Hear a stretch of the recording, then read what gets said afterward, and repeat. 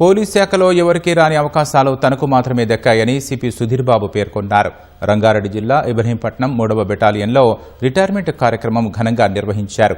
అందరి సహకారం వల్లే ముందుకు కొనసాగారని పేర్కొన్నారు. 31 సంవత్సరాల కాలం వివిధ హోదాలలో పనిచేశారని సిపి సుధీర్ బాబు భావోద్వేగానికి లోనయ్యారు. క్రైమ్, సైబర్ నేరాలు, ట్రాఫిక్ నిబంధనలు, మహిళల రక్షణ కల్పించడంలో క్షేత్రస్థాయిలో పనిచేసిన పోలీసు అధికారుల పాత్ర కీలకమని అన్నారు. సమిష్టి కృషితోనే ఫలితాలను సాధించామని సిపి పేర్కొన్నారు.